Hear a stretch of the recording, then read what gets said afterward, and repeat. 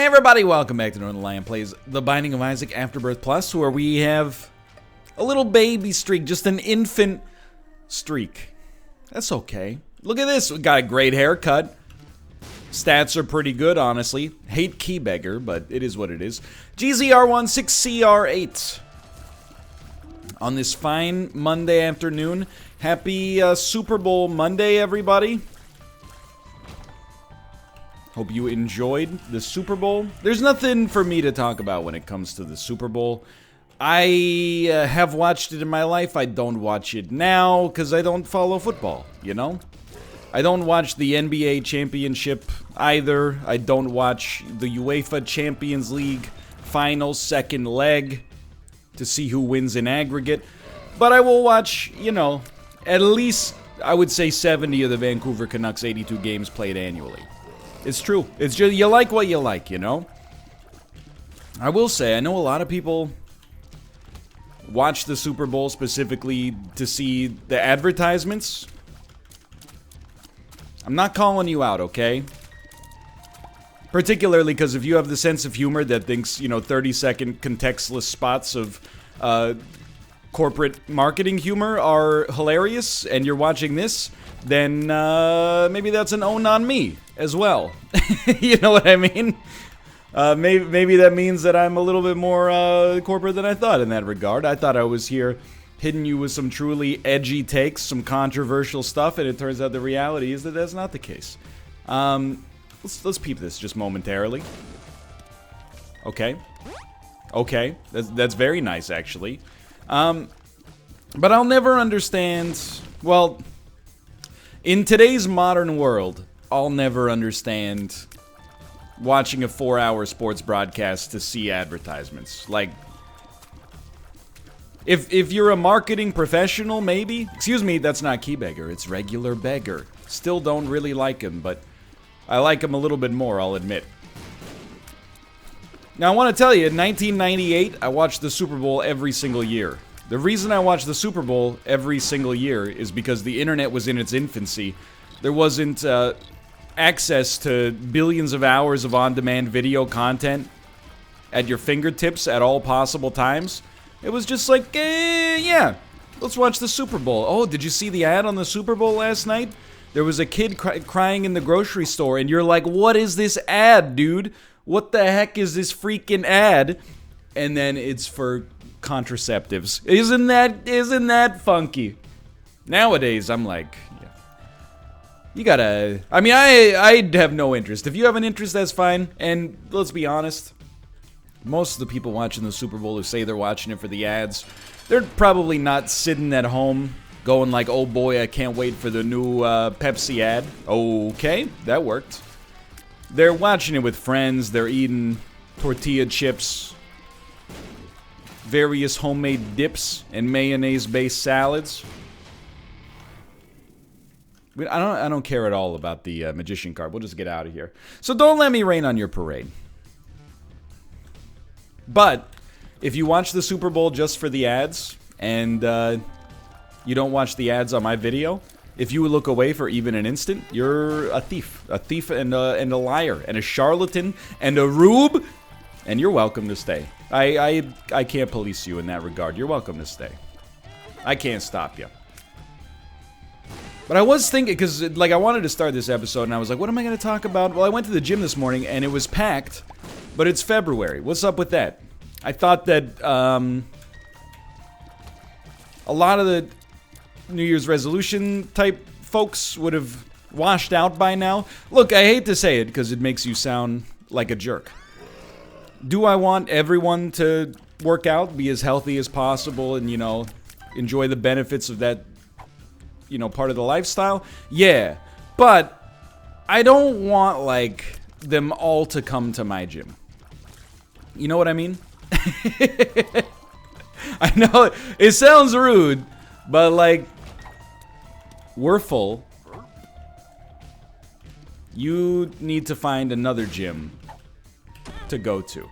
But I actually, now I was thinking, I don't even know if this is a resolution-based situation. I think it might be guilt from maybe some overeating on Super Bowl Sunday, which makes sense. Like, it was busier today than it was in the first week of January, which was very surprising to me. Okay. Get dusted. We are going to go to the curse room, by the way, but I want to AWAS out of it so that we can preserve some of our HP if necessary. A lot of key-based situations here as well. But it really, I mean, I gotta be honest, though. Like, I was at the gym today, and, you know, there's only, in my gym, there's, like, 3 squat racks and 1 Smith machine, which is kind of like a squat rack, but it helps stabilize you. So you can use it in a pinch. I think I'm gonna buy a Spirit Heart as well. Don't shoot the messenger. And when I was working out today, I was using the squat rack, and I was catching a lot of looks my way. Now, I'm a married man, but I was still flattered. I was like, man, I must be looking pretty good today. The results are coming. Guys, girls, doesn't matter. Everybody wants a piece. And then I realized, because the person that was working out next to me abandoned their squat rack, and like 9 people descended upon it instantaneously, I was like, oh, everyone... No one's admiring the merchandise. Everybody instead is going, when is this bald jerk gonna get the heck out of the way? Hold on, hold on. This is a power play right here. When is this bald jerk gonna be done with the squat rack so that I can actually finish my workout? It was a rude awakening. 2 more bombs. Okay, so we do have another tinted rock.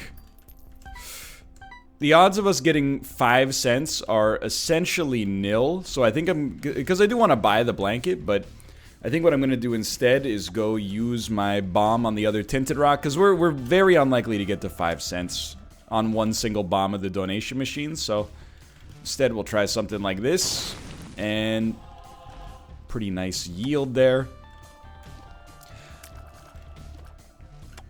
I've had the opinion many times. I understand. It's it's so easy to just have the nice opinion, and this is something I try to say all the time. People who are 100% nice and always have the opinion that, like, you know, hey, I'm really glad that the gym is super busy, even though it's super inconvenient for me. I'm glad that everybody's having a good day and working out. That's an attitude where I'm like, that person is a serial killer. That person is willfully misleading you. Nobody is that selfless. Like that person sitting in traffic and going, yeah, it might take me a little bit longer to get to this important thing, but I'm just glad so many people are out and enjoying our fair city. That person does not exist. People are pretending to be that person. So I do feel bad saying, like, man, sucks the gym's so busy, because it's like a positive thing for people that are in there. But I'm also like, things are good until there's too many people, and then they're bad. You know what I mean? They need to build a second gym now. I did also see, so I still have Facebook, because twice a year I say thank you to my grandmother who lives in another part of Canada. And it's birthday and Christmas. So sometimes when I go there and see if Grandma sent me a message, I see like an ad. I was laughing really hard because there was an ad for a gym, like a Facebook sponsored post. And it was like, hey, just for this month, if you sign up, it's only $1 for your first month. And then I love going to Facebook because it's just... I'm trying to build a stand-up routine here, apparently. That's where my cadence is right now, and I'm failing miserably. I'm just trying to give you the observation, okay? Hold on. I love going to Facebook because most, and if you're there on Facebook all the time, I apologize for what I'm about to say because I believe it. But, a lot of people with nuanced opinions and cadences have left Facebook due to their rationality.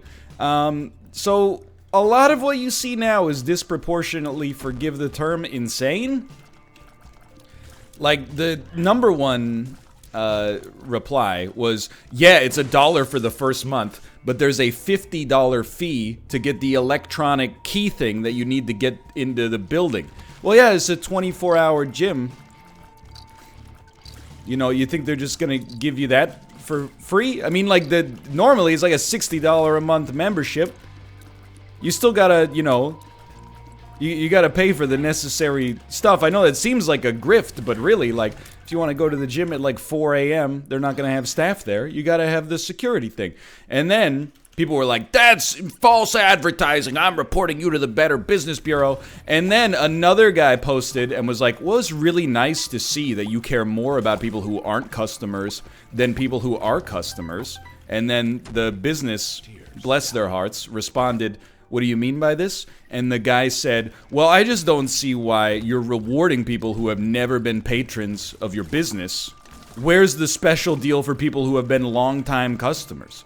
I feel like this man might not be aware of the concept of marketing or of sales. If you're already paying full price to go to the gym, and you have done it for a decade, you've decided on some level that the services are worth the price offered. Why would the business offer their services to you at a loss? If anything, you're like their ideal customer. They've captured you at a higher price. If you got a problem with it, go sign up for another gym for $1 a month and then come back. It blows my mind, dude.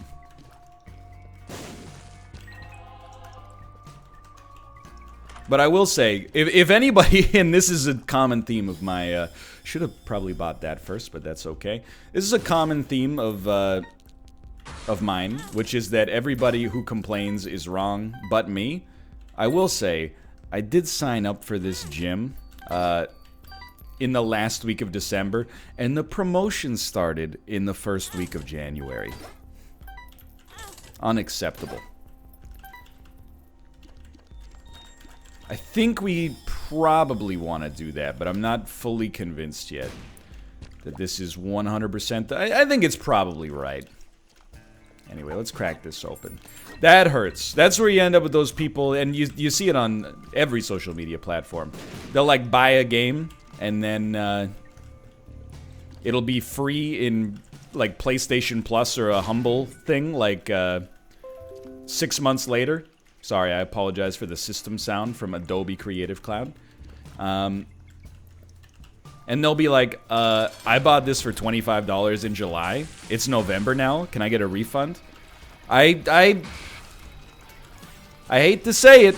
Don't get me wrong. I understand your position. Your position boils down very simply to, I bought this and now it's free. So shouldn't I get my money back? Unfortunately for you, the answer is no. I'm sorry to tell you. Not only you should be. Hold on. Yeah, we just want this. You should be stoked that other people are getting to experience the game that you got. But I'll admit. I know I didn't finish my train of thought there. I'll admit I'm like so. I'm not anti-refund. I have used Steam refunds, but I've exclusively used it for games that were like non-functional. Like, if I buy a game and it's, you know, crashing at all times when I try to play it, that's a refund. I've also bought games where as soon, like right after you buy them, they're like, hey, if you want to play the game, you've got to sign up for this like third-party website. Steam does have a notice for that now, which is good. But even still, sometimes it's happened. And I just go, no, I'm not going to do that. You know, like if it's a reputable and well-known service, maybe. But sometimes it's like, I've never heard of you and I need to download this to play. I don't want to play the game that much, to be honest. But I have, to the best of my knowledge, I've never refunded a game due to buying it and then like not really liking it. Maybe it's a boomer attitude, but in my head, I'm like, that's my fault. There's, you know, blogs, Steam reviews, user reviews on Metacritic and stuff like that. If I still somehow end up purchasing a game that is bad in spite of all that, I'm like a firm believer in buyer beware, perhaps even to a fault. Rest assured, by the way, I'm not saying this is a one-size-fits-all solution. Sometimes people will say things to me like, NL, if everybody was like you, we wouldn't have blah, we wouldn't have blah, we wouldn't have blah. No, I understand. I'm very glad not everybody's like me. Because it allows me to be like me.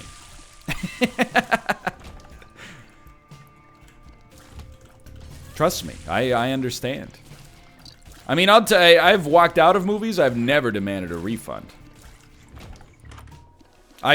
First off, I don't even know who I would talk to. Do you just walk up to the concession stand and go, pardon me, I'd like $15 back because Uncut Gems has too many F words in it for my sensibilities? That's a joke, by the way. That's a great movie. I honestly don't know what you do.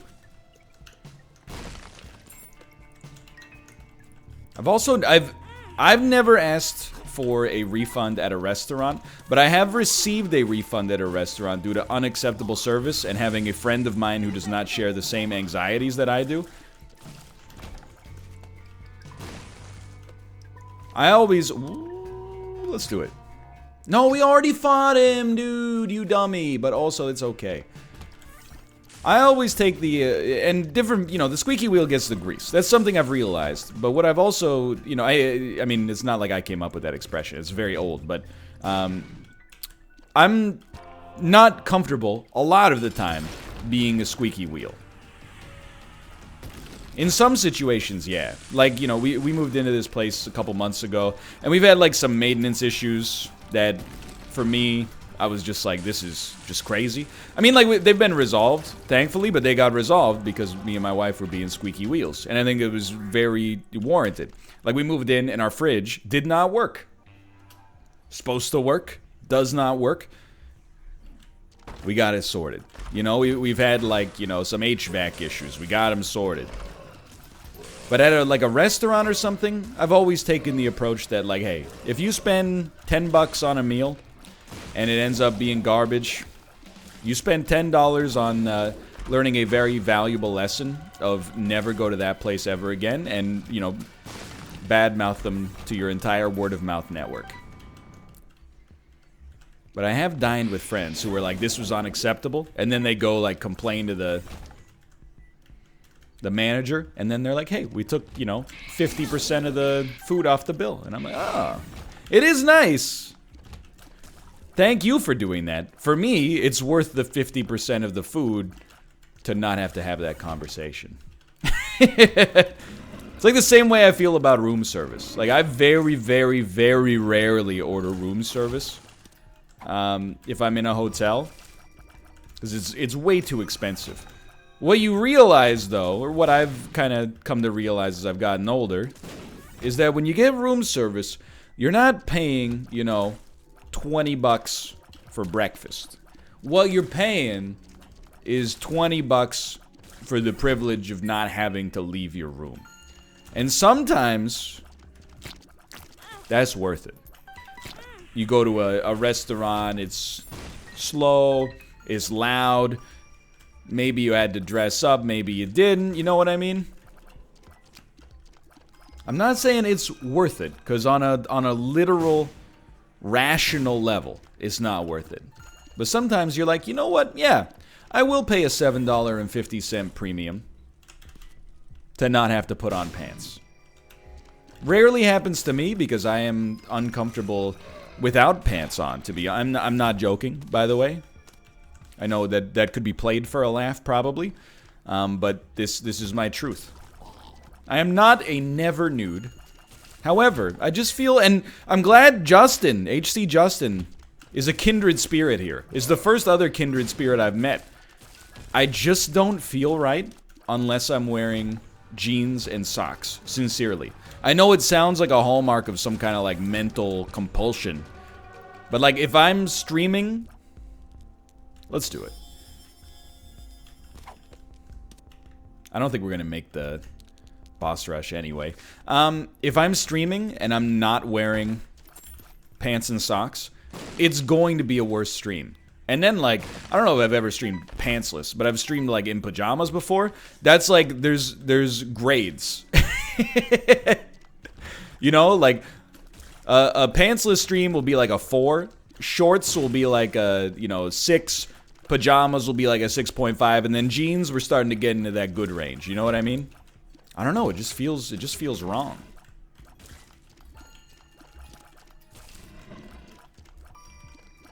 Some people are like, you know, oh man, if I worked from home, I would like not wear a shirt ever. I'm like, dude, we're cut from different cloths.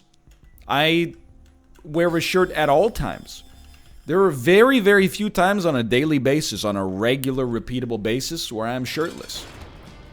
And I'm not in, like, a horrible shape anymore, you know? So, like, it's not a shame issue anymore. It's just, like, you know how you, like, here's the best way to describe it. And I'm sure there's dozens of us out there. If you understand, then you understand. Can you sleep without a blanket on? No, it doesn't feel right. That's how it feels to me to be like sitting on my couch without a shirt on. It's like, I can't sit like this. It's not right. It's just not done. I hate to say it, but I don't really think anything there is worth paying for, to be honest. I don't believe it. Yikes. Anyway. I don't know, I like being clothed. Clothing, they're like weighted blankets that are socially acceptable. But I will admit, I do not like dressing up. I honestly, I take a lot of, this is unironic, I take a lot of inspiration from Larry David.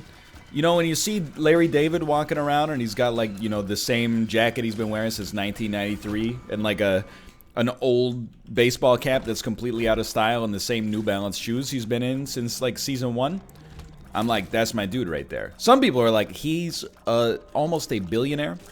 Why does he dress like that? And I'm like, because he's a billionaire. Why not be comfortable? If you're a billionaire and you're still imprisoned by, you know, the clothes that you wear, how free are you?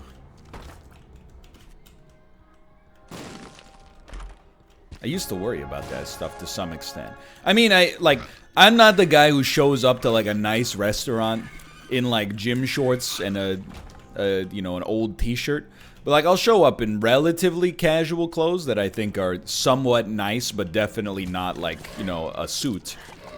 And I used to be like, oh my god, is it okay to be here in these? And now I'm like, I'm paying for the meal. If they want to kick me out, like, or they're like, hey, sorry, sir, you can't eat here because you're not fitting the dress code. Well, for one, please put that information on your website next time. I don't know why we have all these unwritten rules in society.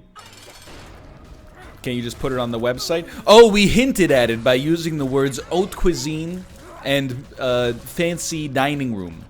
White tablecloth service means you must at least match black tie attire at all times.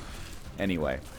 I have been asked by 2 nice restaurants to take my hat off inside of the dining room, and that is no problem whatsoever. Doesn't bother me at all. You gotta do what you gotta do, right? But now, I mean, if this is my advice to you, if you're in that position, a lot of people, you know, they exit their teenage years or they're in their late teenage years, and they're like starting to go to, you know, maybe they're taking a date to a restaurant that's really nice. You shouldn't, you know, first off, you shouldn't take fashion advice from a video game streamer. That's probably #1. But I'm not here to give you fashion advice. I'm here to give you advice about your brain, I guess. If you're confident that you're like, hey, I'm comfortable, this is how I would like to dress, and it is not, you know, grossly inappropriate for the surroundings, then, you know, what are you gonna do? I gotta tell you, there's a lot of people in Vancouver, they are dressed, like, at incredible fashion. Wonderful shape, just like, you know, we have a lot of Instagram influencers in this city. They all drive the same models of white BMW and white Mercedes. And this is very judgmental, I'll admit. I used to look at them and be like, wow, those people are not, like, my kind of cool, but those are like cool people. Now I look at them and I'm like, I don't feel pity because that's like needlessly judgmental, but I'm like, you're imprisoned by society's opinion of you to some extent. Why don't you just wear like an oversized hoodie? Just once I'd like to see it. And that would be like, this is my person. Sometimes, you know, people like make fun of like dadcore fashion. And that's who I really admire. If I'm like out and about in Vancouver, if I see like a well-dressed 65-year-old man in a tailored Indochino suit, I'm like, that guy seems like he's got it relatively together. If I see a 65-year-old dude in a Bass Pro Shops hat and a polo shirt with all the buttons undone, I'm like, that guy probably owns 25 houses. Because he does not give an F. And I respect that. I don't know if I respect owning 25 houses. I'm still trying to piece that one together in today's constantly changing economic world. It's either really cool or a capital offense. I haven't figured out where I stand on that one yet. But we're constantly, you know, innovating those thoughts on a daily basis. Help me! I don't think we're in super danger, but this is kind of like a recurring theme on these runs lately. You know, it was good for a while. We didn't get much in the way of damage support, so I'm not, you know, beating myself up too much. And I don't know, I've kind of, previously when I played Isaac, I'd be like, well, it's kind of our fault, because we put a rush job in, and, you know, we didn't really explore all of the womb. Screw that, dude, that's ignorant. You know what you get when you explore the womb with, you know, subpar damage? Much worse odds of actually completing the run. In my opinion, at least. Yeah, you might open a red chest and be like, oh, a devil deal that has 3 guppy items. But the odds of... It could happen, but will it happen? You could spend your life savings on lottery tickets. You could win. Yeah, but if you lose, which is substantially more likely... How you getting home tonight? How you gonna pay your mortgage in the morning? So we'll pop Empress for certain. You may hear an electronic noise in the background. That's the vacuum. It will not pass before the end of this video, so I apologize for that. But at the same time, it's gotta be done. Thank God. Wait, why did... Oh, it was the blanket that's given us those occasional holy mantles. Honestly, it's making a huge margin for us between where our HP would be without it and where our HP is with it. I appreciate that. And modestly spicy. There we go. Okay. Okay, everything's fine. We're okay. I'll tell you, though. I mean, you can see for yourself right now, our damage, not spectacular. We always use it as like a hallmark. You know, can we knock Isaac out before he gets to do a phase 2 shoot here? And the answer is probably, but you gotta be a little bit, you know, faster than we were right there. Trying to take advantage of Lump of Coal, too. We got some inefficiencies in this run that I would love to see ironed out on the chest, but I don't know. With this negative 0.87 luck stat, I think probably the best thing we can do is just stay vigilant. You know, don't get too twisted up here and just head down to the next floor. Let's be honest, we played enough Isaac in our day. This should be one we can navigate. The map is fine, and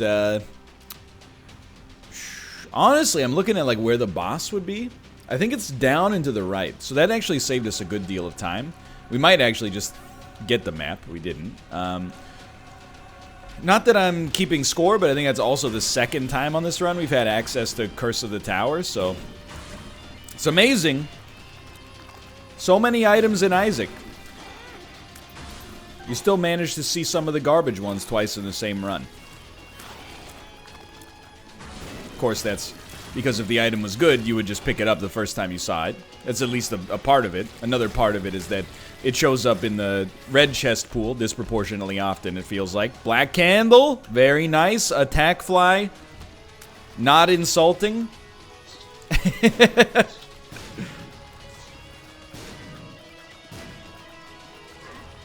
We should be good.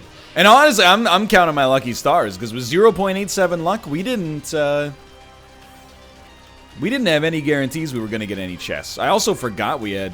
It wasn't Humbling Bundle, I guess. It was... Or was it Humbling Bundle? I can't remember.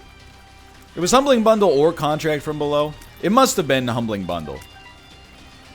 Because it was from an early shop before we had Chaos.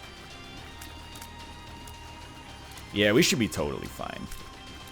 It might not be the fastest blue baby kill, but we're going to be okay.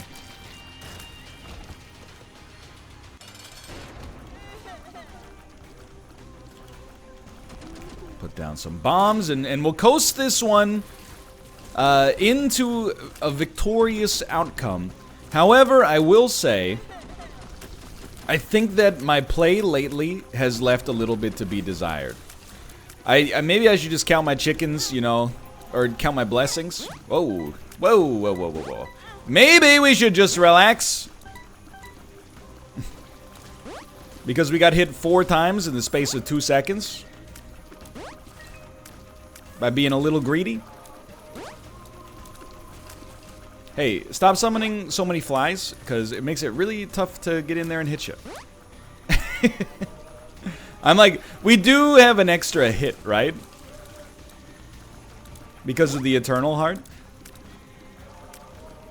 I forget what that pill is. I think it might be Horf. I'll take what I can get. Not very common to use a Horf pill as a mission-critical offensive move at this stage of the game, but what's done is done. I'll take what I can get at this point, as mentioned many times. Sorry, the conversation centers of my brain are overloaded by the strategic requirements of the